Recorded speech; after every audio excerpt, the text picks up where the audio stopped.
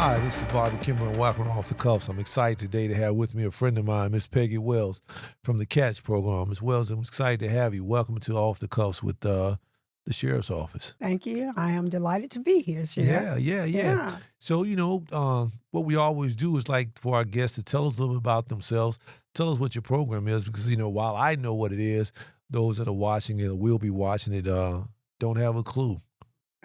Well, my name is Peggie Wells. I am the founder and CEO of the Wells Center. Okay. I am originally from Charlotte, North Carolina. I Queen City. moved here to Winston-Salem in 2004 to pursue higher learning.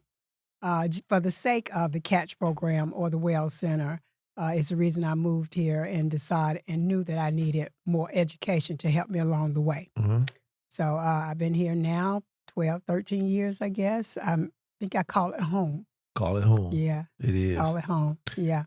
So the CATCH program, the Wells Center, we do offer a pre and post release program, and it's So called what does the CATCH stand for? What's the acronym for? the acronym CATCH is changing attitudes to change habits. Changing attitudes For to criminal change habits. for criminal justice involved women, for women that's been incarcerated, and the foundation of CATCH, the underlying foundation of CATCH is trauma. So our focus is trauma healing for the women. Well, that's a good place to start. The criminal justice system, women involved in the criminal justice system, the numbers are trending upward. Yes. More women are becoming involved in the criminal justice system, actually doing time in the criminal justice system. And so what does your program do for them? What we do primarily once they transition out of jail or out of prison, when they come back home and they reside in Forsyth County, we open the doors of our program. What we do, we send literature out to different prisons, women prisons, and of course, I work in the jail. I am a chaplain there, so I have hands-on with the women there, and they're told about the program while in the jail. If they go to prison, they already know about our program, so they get in touch with us once they come out. Tell us about your program. Well, the program, we offer trauma counseling. Okay. I am a licensed therapist, so we offer trauma counseling, group counseling. We have a mentoring program where we use community volunteers to come in the jail, and then we write letters to those who are in prison. And then we also offer 7 Habits, Stephen Covey's 7 Habits. Yeah. And the 7 Habits, what we teach in that is character and making choices. So once we give them the tools for changing a character and making choices, know that they have choices to make, they grow from that. Do you have housing for the women? We do not. And that's the number one barrier that the Wells Center is facing is housing. There's not much going on in Winston-Salem where these women can go to a safe place. What they do when they return to the community, they have to go back to the old environment where the drugs are, where the pimps are, wherever it is, the bad environment, and they can't focus on healing because they're too busy trying to survive. So we are right now we are getting ready to do our annual fundraiser, and it's entitled "Her Life Matters." We're getting ready to do that to raise funds to help us obtain a house for transition for these women. Wow. So where are you located at? We were at the on North Liberty Street because the county is getting ready to demolish the building. We are moving to North Highland Avenue. In fact, we're doing that August 10th. We'll be moving to Highland Avenue. What about on Highland you going to? The Annex 1 is right over there where DSS is. Yeah. I think it's where Daymart used to be. I'm not really certain. Or where you go to pick up medications or prescriptions. We're in that building. So we will be moving. We're in the process of trying to get things moved now. So what would you like for the community to know? How can the community get involved? How can we help? I was sitting here looking at one of your flyers. Talks about bridging the gap. Many times that's one of the things that I harp on is about bridging gaps. How do we bridge these gaps? I always give the analogy. I drive through Chick-fil-A quite often, right? And some mornings they have a sign up saying various things. And I tell the story about this particular day driving through the Chick-fil-A in Clemens. They had a sign up said, "It's up to you to bridge the gap." And they was talking about use the app, right? Order your food, pull up close to the car. They had all of these ways to make their drive-through more efficient and the service better. And so that resonated with me, bridging the gap, right? And so I talk about this all the time about it's up to all of us to bridge the gaps that we Yes. have in our community. Metaphorically, that gap could be women returning back. It could be men returning back home. It could be so many things in our community of bridging the gap. You know, I always go back to you being a licensed pastor. Who will stand in the gap? Who will stand in the gap, right? And so we talk about women reemerging from prison. We talk about women who were once incarcerated coming back home. So how do we help those women? What are some of the needs of those women? You know, of course, I see women returning home every day. I see women being released. I see people being released regardless of their gender. Yes. And I understand that there are a lot of things that are involved with being released, you know, coming back home, culture shock, readjusting, Yes. you know, meeting the basic needs, food, clothing, shelter, all of those things that Manslow talked about, readjusting in some kind of way, trying to make that person whole again. So what are some of the needs or some of the things that the community could do to get involved? How can we help catch? The women we serve have already been exposed to trauma. What we don't know is going to jail or prison, it adds on to that trauma. Mhm. It's a trauma experience. So once the women transition out and they already have old trauma that haven't been tapped into, they come out with new trauma. So the coming out process is so difficult. It is a long road for them mentally, emotionally, and physically. A lot of times the women at the jail, when they come out of the jail, they may come in the summertime, but they may leave the jail in the wintertime. Now, with the food they feed them, they gain a lot of weight and they don't have the clothing even to get out, even to come home. So, the community, what we try to do, well, what we do is we provide clothing, we take them shopping. We don't have a place to store clothing, so we don't have a closet or anything like that. But we take them. The primary needs is clothing, undergarments, which we don't even think about a woman needing undergarments. I had this young lady, and I'll tell this story that came out, and I was her mentor at that time. We rode around for a month, and she finally said, she said, "Miss Wells, I don't have a bra. I don't have underwear." I said, "What are you wearing?" She said, "Nothing." And I said, "So I've been riding you around a whole month and you don't have underwear?" She said, "No, ma'am, I don't." So that thing really bothered me. I took her shopping, got her underwear. But just a little thing of a woman outgrowing her underwear, do not have. And I'm a little woman, I like my underwear, period. So underwear, clothing, shoes, housing. We if they find a place to live or to stay for short term, we do provide like 2 to 3 weeks of rent So where do you get your funding from? from Winston-Salem, City of Winston-Salem. We got a grant from Z Smith Reynolds. We had received a grant from the Women's Fund. We have a lot of support from the funders here Great, in great, great. Winston-Salem, and it saved our life. Really, it saved our organization. So the need is so great. Not only do they need the therapy and the group therapy, they need that what you got structured environment. These women need a structured environment because when you get out of jail, I mean in jail every day, it's the same every day. And when you get out, you really don't know what to do with yourself other than go back to where you came from. You know, I have known about your organization since you and I talked months ago. I'm going to do everything I can to get behind it. I'm going to see what I can do to get involved, to helping you make sure to ensure the success of the organization. Yeah. You know, we've been having these conversations for the last year about ACE factors, you know, adverse childhood experiences. And as I listen to you, I started thinking about there are some ALE, adult life experiences, Mhm. that affect us. Absolutely. Adult life experiences that cause us hardship, cause us trauma. You know, all of us have been hurt by something or someone, right? Yes. But not all of us have been healed. I find myself reflecting on hurt Mhm. that has happened to me some years ago, 15, 16 years ago, right? And so I get what you're saying that, trauma, we have to address that.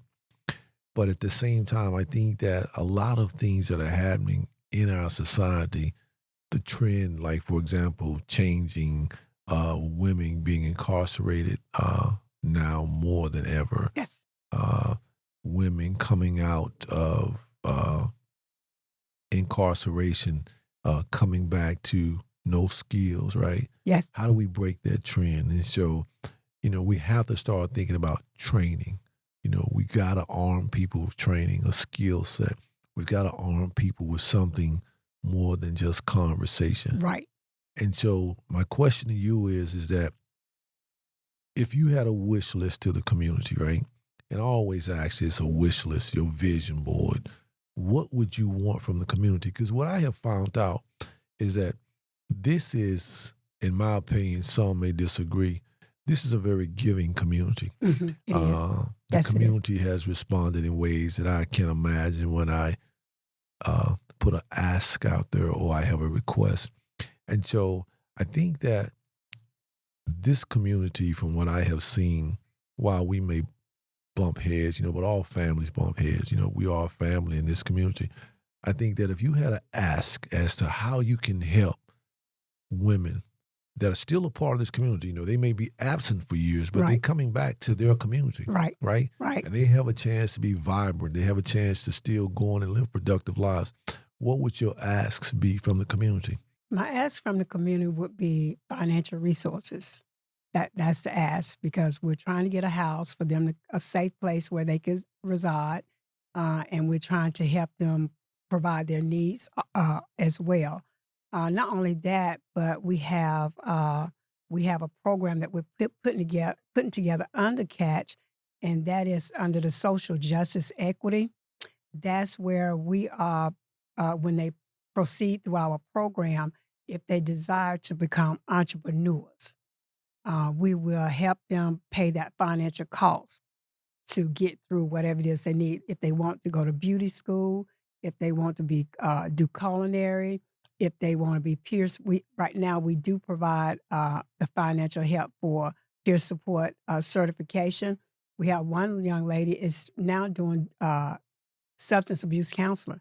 She's going to school for that to get that. So we've been helping her along with that. Because of their background, the criminal background, it's difficult for them to get a job that's going to pay them the money pay them enough money to even sustain a place to live, even get their children back. Those things we have to think about too. All the barriers in front of them would sometimes cause them to say, "That's all right. I don't want to do anything." And we want to change their attitude. We want to change the attitude about themselves and the world around them. And if we could change a woman's attitude, certainly she could change some habits. And that's what Catch is Well, about. let me ask you this. If somebody wanted to be a part of this, they wanted to donate, do you have like a website? Do you have information? How can they reach out to you? How can they contact you and say, hey, I want to be a donor. I want to be a part of your board of directors. I want to be a part of a volunteer. I want to come in. There are a lot of resources in this community. Yes. I've met some amazing people. I'm from Winston-Salem. I'm homegrown, right? And when I'm gone, I'll be homegrown, right? Okay. What I'm saying is that there are a lot of resources in this community and a lot of people that are very talented. So let's say we had some people out there that want to be a part of this, because I think it's a worthwhile program. I've seen the work that you do, and it is definitely needed. Yes. Because the Absolutely. population of women that are coming back home is getting younger. Yes. Right? Oh, yes. Absolutely. They're going in a lot younger, and they're coming back in their 20s, early 30s, right? Yes. Have a lot of life left in them. Absolutely. But without the proper training and the proper direction, they'll be lost again, and we'll be repeating this cycle. Yes. And so where can people reach out to you? Where can people get involved? How can they locate you, find you? Now, first of all, this is what I'll tell you what we need, and then I'll tell you how to get in contact with us. We do need community volunteer mentors, Okay. women mentors to kind of mentor these women. We do need help in that area. We are seeking board members, always seeking board members, people to come alongside us and believe in the vision to help us grow and get where we need to be. Um, shortly, we're going to be looking to hire an administrative assistant and a case manager. Those things we need because I work full time. I work a full time job, and I work part time with the Wells Center, trying to get things going. But it's only myself and Elder Pamela Benton, who's the program director. It's only two of us, and we're finding that we're growing. So we do need the help. So we need to expand. We need community to support us in that. And if you're interested in becoming a mentor or anything, want to volunteer your time and just excuse me, and just help us along, you can find us. Go to our website, www.thewellscenter.org. And that's www.thewellscenter.org. You know, I think mentorship is so important. There are a lot of people out there that have been where these people are. Yes. Right? Yeah. They can take them where they need to be. And so it would be very nice for some mentors to come and say, hey, we want to be a part of this. There are a lot of talented women out here in this community, plethora of them, right? Oh, yes. And so that would be great to get them to come out and be mentees to some of these women. You know, my pastor gave an analogy some years ago. Bishop Mack, he gave the analogy of a man that had fallen down in a hole somewhere in some city in the USA. And that morning when the sun came up, people were standing around the hole watching the man down in the hole. They saw him there. And one guy walked by who was a doctor, and he dropped a card in there, and he said, when you get out of here, you're probably going to need some counseling. Of course, the reporter came by and said, hey, when you get out, I'd like to break the story as to how did you fall in this manhole. And of course, there was a lawyer that came by and said, hey, when you get out of here, they should have had a man covering over this. We're going to sue them for this, right? Wow. But then there's one guy that came by and jumped down in that hole where the man had fell in. And the people stood there and said, why did he do that? And the guy who was inside the hole said, why did you do that? And he said, I've been here before. I know the way out. Just follow me. What I'm saying is that we need some people to Get in the hole. Get in there with them and absolutely. lead them out of the predicament. Absolutely. So I think that the mentorship is the way to go from what I'm seeing.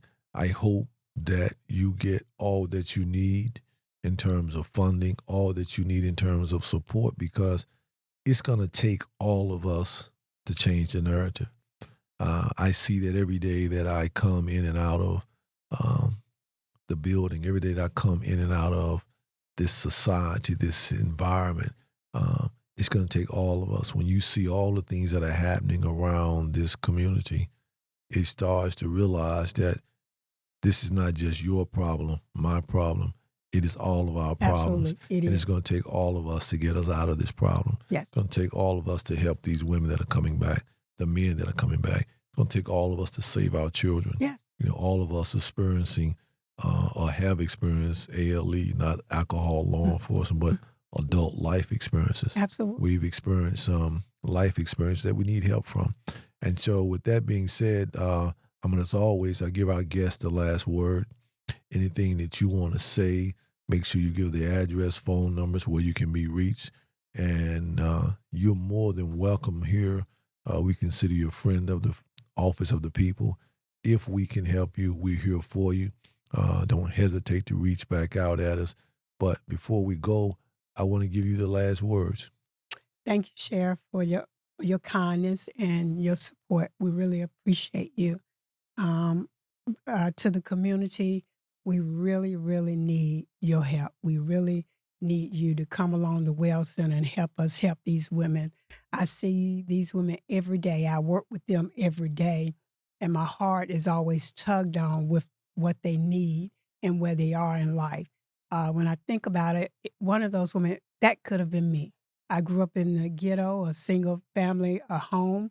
We were dependent on government funding, food stamp. It wouldn't have taken much for me to go down the wrong road. So when I see these women, I see me. It could have easily been me. It could have easily been any of us. So just reach back and give back and help us to help these women. If you have a heart and passion for ministry and heart and passion to help, we need your help. And you contact us. You could contact me, Peggie Wells, at 336-972-1031. That's my personal cell number. I hope nobody gets it and abuse that. And my email address is thewellscenter@gmail.com. Our website again is the Wells Center, www.thewellscenter.org. Please, we need your support. And thank you, Sheriff. Well, I appreciate that. Before I go, I have to say what I want to say about this is that there's so many trends that are happening in our community, the uptick in violence, the uptick in women being incarcerated, just life trending, right? But when you look at what's trending, look at what training and instructions is being applied to that. So when we say look at training versus trending, I think that more training can affect the trend. More training, more instructions can affect how we respond to what's happening to us. And so what I would tell you is that we need more instructions, right? We need more training. Yes. We need support from the community. So I'm asking the community, get behind Mrs. Wells, what she's trying to do in the community. I appreciate your service. I'm sure that a lot of mothers out there appreciate you and the community appreciates you. Again, I welcome you back to Off the Cuffs anytime you'd like to come back. And I want to thank the community for your support and your love. And as always, this is Bobby Kimbrough, Off the Cuffs. Thank you.